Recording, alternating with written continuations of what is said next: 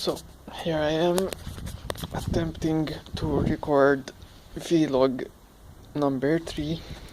I've decided to have a bit of a change of scene. The colors are quite nice in my back garden. Didn't feel like changing it too much. But so today I think I'm going to talk about reading. So I mentioned that I was doing or trying to follow Tide Lopez's advice in reading a book a day, but I don't have the time to actually read a whole book a day, so I decided instead to follow his, if you can't go for plan A, go for plan B advice, which is to at least peruse a book for 15 minutes a day. And being the person that I am in my current situation, I do not have nearly as many books to be able to do that, so I actually downloaded an app called Blinkist, which actually gives a short summary of the book in about 15 minutes. It kind of works, and the free version that I'm using actually doesn't allow you to pick and choose the books. It just gives you one a day. I don't think I've actually done the 15 minutes of blinking a book, but on the other hand, I also want to talk about how different actually hearing a summarized version of the book as opposed to actually reading it is. But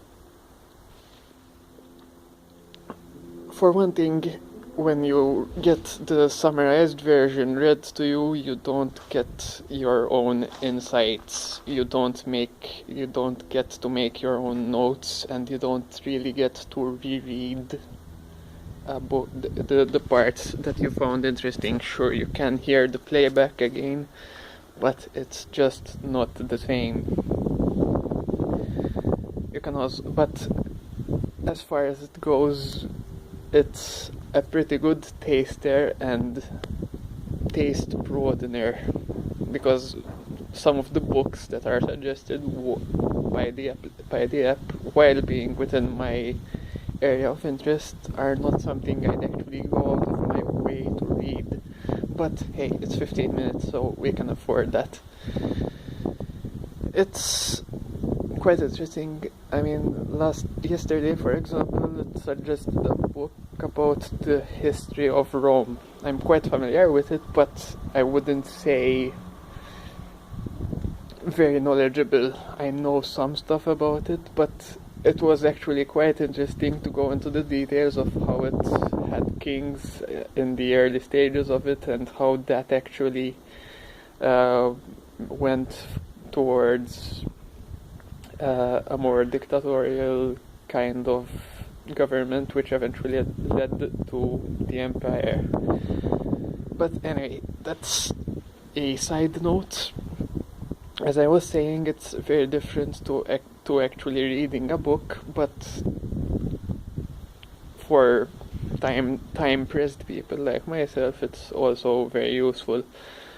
So I actually sometimes think I hold myself from actually reading books, because at a certain point, a few years back, I had a reading list that I used to say was as long as my arm, but no time to actually do it.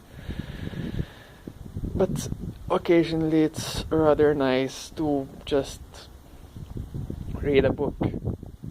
Yeah, I still actually like visiting bookshops, and they just have this atmosphere that I really enjoy. I guess it's me holding myself back from reading too much, or not really reading too much, because I still read most of my day, but reading a book is actually a bit of a time investment. What if I don't like it? But generally, if I just do it, I just end up not even dropping the book until I read it all. As in, last book I read was when I was on my way to Malta. So I started reading it on the train, read it on the airport, and halfway through my flight I had finished a book this thick. And I enjoyed it a lot, but yeah, no. But the point is, if you actually have the time to read a book, go ahead and do it. You probably won't regret it. Unless, of course, the title is something that you normally wouldn't read, but still, try it. You'll probably get something out of it.